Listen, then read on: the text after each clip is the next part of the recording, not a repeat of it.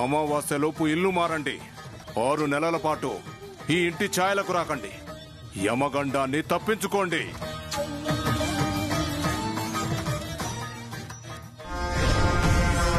క్షమించండమ్మా, యమగండం ఉన్న ఇంట్లో భిక్ష స్వీకరించడం మాకు అలవాటు లేదు.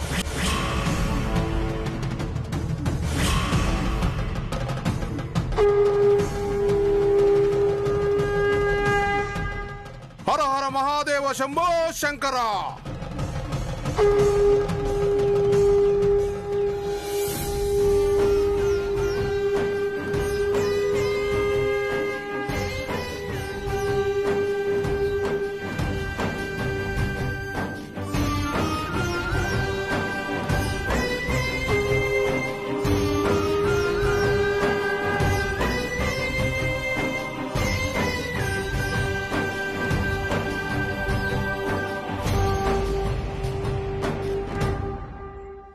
అత్తయ్య మొహమంతా బాధ నిండింది.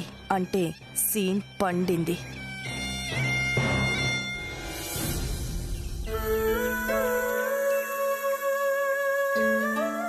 మీరు వెంటనే ఇల్లు ఖాళీ చేసి వెళ్ళకపోతే ఈ ఇంట్లో ఉన్న పెద్ద ప్రాణానికి ఖచ్చితంగా ప్రమాదం జరుగుతోంది.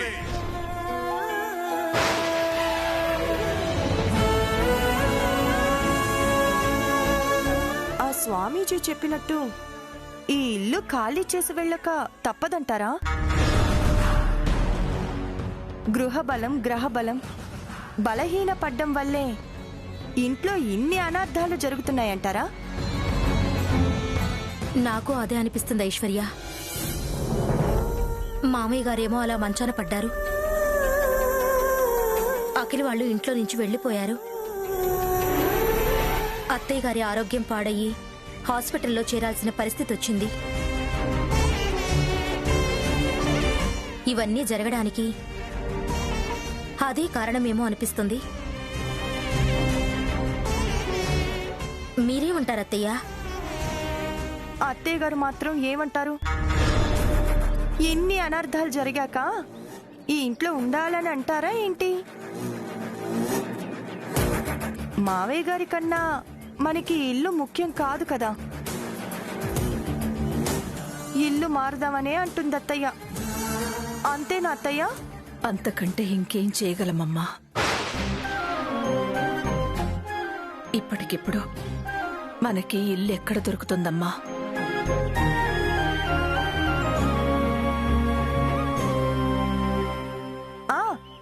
మా నాన్నగారి ఫ్రెండ్ రాజశేఖర్ గారి ఇల్లు ఖాళీగా ఉందని విన్నాను. అత్తయ్య, ఒకసారి వాళ్లతో మాట్లాడమంటారా? తొందరగా మాట్లాడమ్మా. అలాగే. ఇల్లు మారటానికి నాకంటే మీకెక్కువ తొందరగా ఉందే.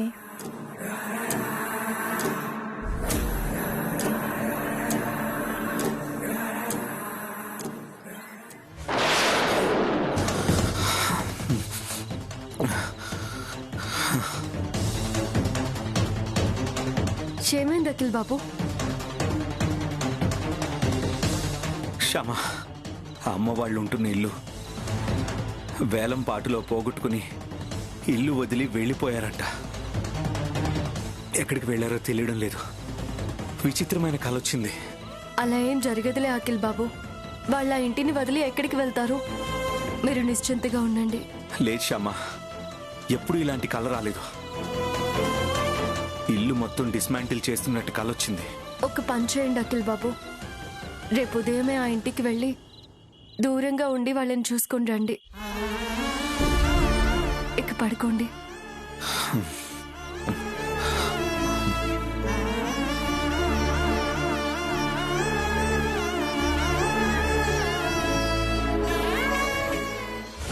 అవునా? వాళ్ళు ఇల్లు ఇవ్వడానికి మీ నాన్నగారి ఫ్రెండ్ ఒప్పుకున్నారా? అవునత్తయ్య, ఒప్పుకున్నారు. రాజశేఖర్ అంకుల్ మావయ్య గారికి కూడా బాగా తెలుసంట. నా ఇంట్లో ఉండటం వల్ల మీ మావయ్య గారి ప్రాణాలు నిలబడతాయంటే మీకు నేను ఇల్లు ఇవ్వకుండా ఎలా ఉంటానమ్మా? రేపే వచ్చి ఇంట్లో చేరిపోండి అన్నారు. 6 నెలలు కాకపోతే 6 సంవత్సరాలు ఉండండి అని కూడా అన్నారు. సంతోషమమ్మా. చాలా సంతోషం. ఇల్లు దొరికినందుకు సంతోషంగా ఉన్నా.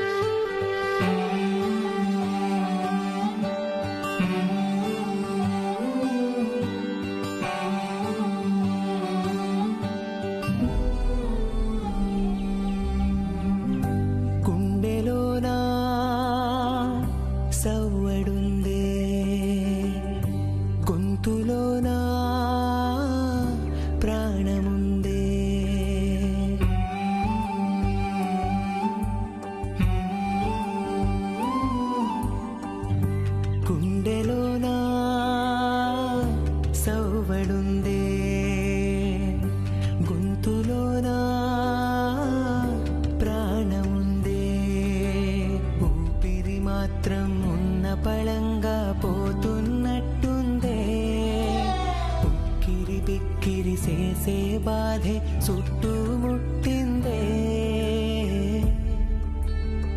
ఓరోరి దేవుడో ఎన్నెన్ని సితారాలు సేతావు నీ రాతలో నీ సేతి బొమ్మలా ఈ నేల మీద మేము ఆడాలి ఎన్ని ఆటలు ఓరోరి దేవుడో ఎన్నెన్ని సితారాలు సేతావు నీ రాతలో నీ సేతి బొమ్మలా ఈ నేల మీద మేము ఆడాలి ఎన్ని ఆటలు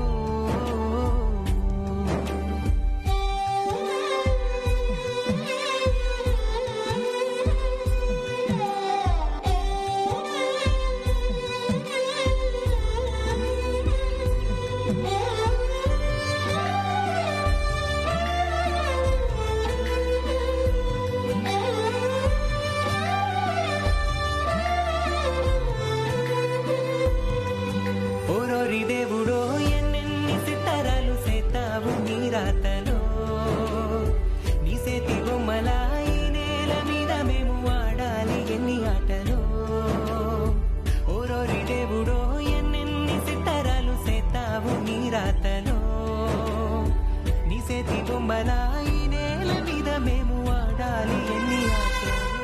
మీ మావయ్య గారి చేత 3 ముళ్ళు వేయించుకుని కొంగు ముడి వేసుకుని కొత్త పెళ్లి కూతురులా ఈ ఇంట్లో కాలు పెట్టాను. అలా ఈ ఇంట్లోకి వచ్చిన నేను ఇప్పుడిలా అర్థాంతరంగా కాలు బయట పెట్టాల్సి వస్తుంది. బాధపడకండి అత్తయ్య, మామయ్య గారి ఆరోగ్యం కోసమే కదా మనం ఈ ఇల్లు వదిలిపెట్టి వెళ్ళిపోతుంది.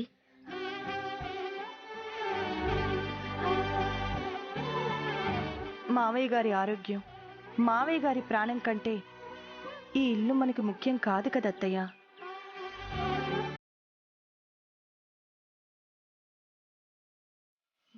అవునమ్మా, ఆయన కంటే మనకి ఏది ముఖ్యం కాదు. అలా అనుకుంటున్నప్పుడు మీరిలా బాధపడకూడదు. పదండి అత్తయ్య.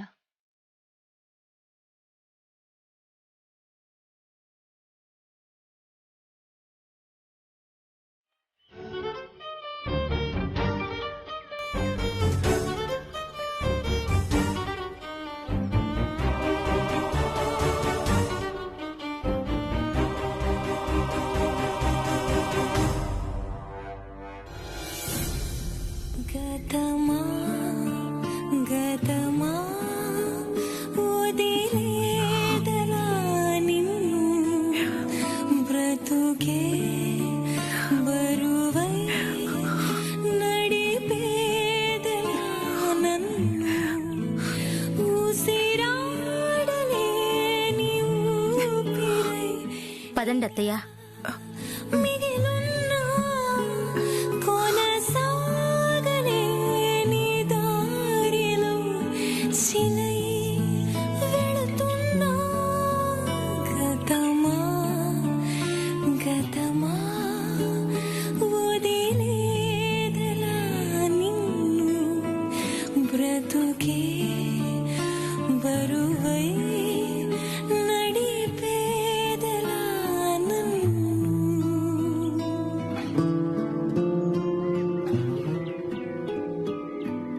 ఐశ్వర్య, అతనెవరు? అతను కొత్తగా అపాయింట్ చేసిన సెక్యూరిటీ గార్డ్. మనం ఎవ్వరం ఇంట్లో ఉండటం లేదు కదా, రోజు క్లీన్ చేయించి ఇంటికి కాపలా ఉంటాడు. మనం ఇంట్లో లేకపోయినా ఇంటిని జాగ్రత్తగా చూసుకోవాలి కదా. మీరు కారులో కూర్చోండి అత్తయ్య.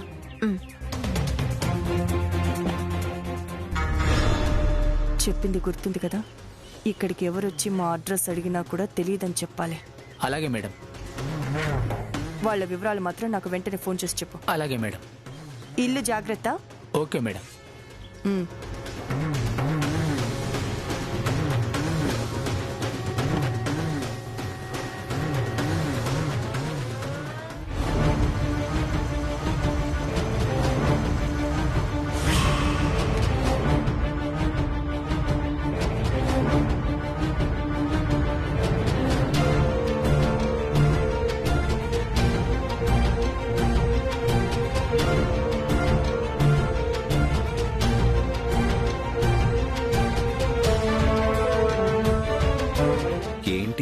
ఇంట్లో ఎవరు కనబడట్లేదు. నాకు కల వచ్చినట్టు నిజంగానే ఇల్లు ఖాళీ చేసి వెళ్ళిపోయారా ఏంటి? ఒకసారి లోపలికి వెళ్ళి చూద్దాం. ఒకవేళ నేను అనుకునేది నిజం కాకపోతే ఐశ్వర్య వదిన ఇంట్లో ఉంటే నన్ను చూసేస్తే గొడవ చేస్తుందేమో. ఎలా? హెల్మెట్ పెట్టుకుని వెళ్దాం.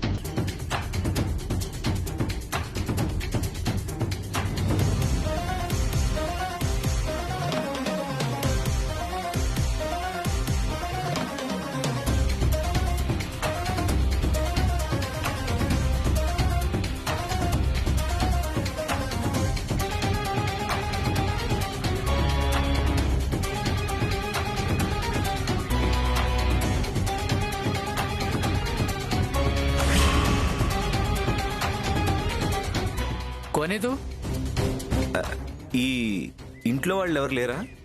వాళ్ళు ఇల్లు ఖాళీ చేసి వెళ్ళిపోయారు.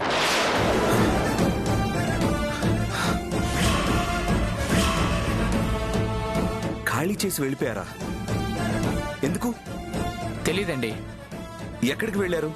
తెలీదు. ఇంతకీ మీరెవరు? డైరెక్ట్గా ఇంట్లోకి వచ్చేసారు? ఈ ఏరియా నుంచి ఎవరో రైడ్ బుక్ చేశారండి. జీపీఎస్ పెట్టుకుని వచ్చాను. జీపీఎస్ ఈ ఇంటి అడ్రస్ చూపిస్తేను లోపలికి వచ్చాను. జీపీఎస్ చూపిస్తే డైరెక్ట్గా ఇంట్లోకి అలా వచ్చేయటమేనండి? ఇలా వస్తే నాకు మాట వస్తుంది. ఈ ఇంటికి నన్ను కాపలా పెట్టి రోజు క్లీన్ చేయమని చెప్పి వెళ్ళారు. క్లీన్ చేద్దామని నేను డోర్ ఓపెన్ చేశాను.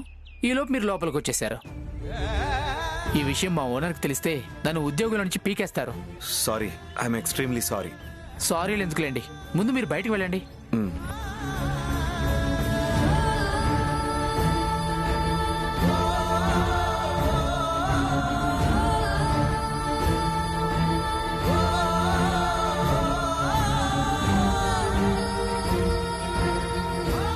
వెళ్ళవయ్యా. సరే.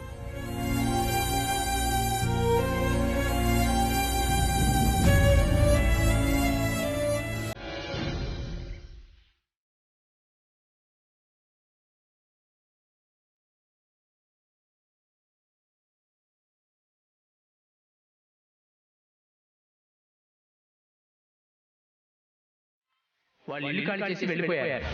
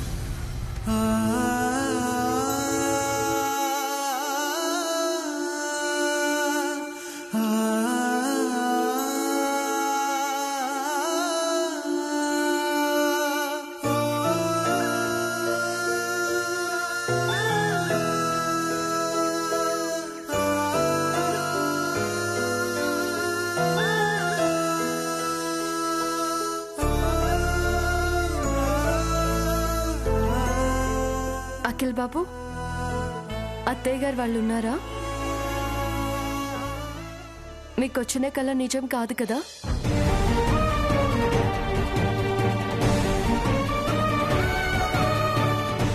ఏంటి అఖిల్ బాబు, ఎందుకంత డల్గా ఉన్నారు?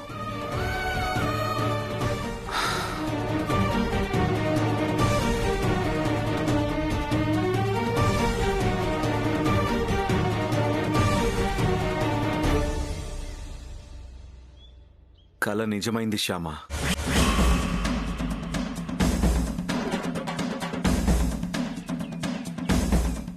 కలలో జరిగినట్టే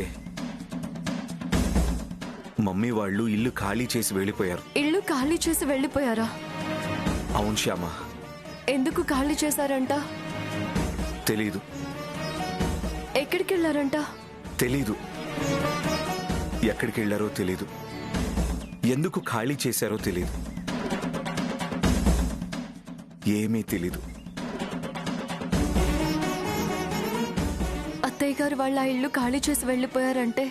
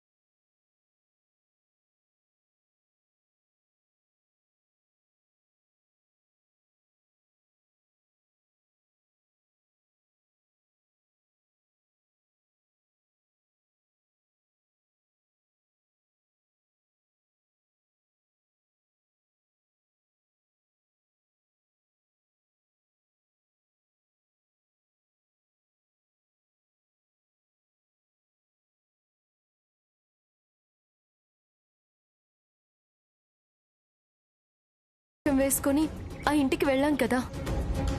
అత్తయ్య గారు వాళ్ళకి మనం దగ్గరైపోయి తన నిజ స్వరూపాన్ని బయట పెడతామేమోనని భయపడి ఇల్లు మారిపోయి ఉండొచ్చు.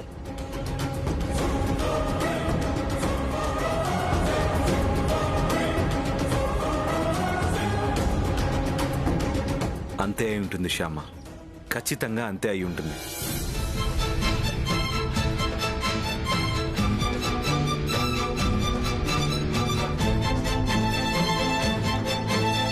తన బండారం ఎక్కడ బయటపడుతుందో అని మనకి తెలియని చోటికి మమ్మీ వాళ్ళని తీసుకెళ్లిపోయి ఉండొచ్చు. కేవలం ఆ కారణంతో ఇల్లు మారిస్తే పర్వాలేదు. వేరే ఏదైనా ప్లాన్తో ఇల్లు మార్చుంటే మాత్రం చాలా ప్రమాదం.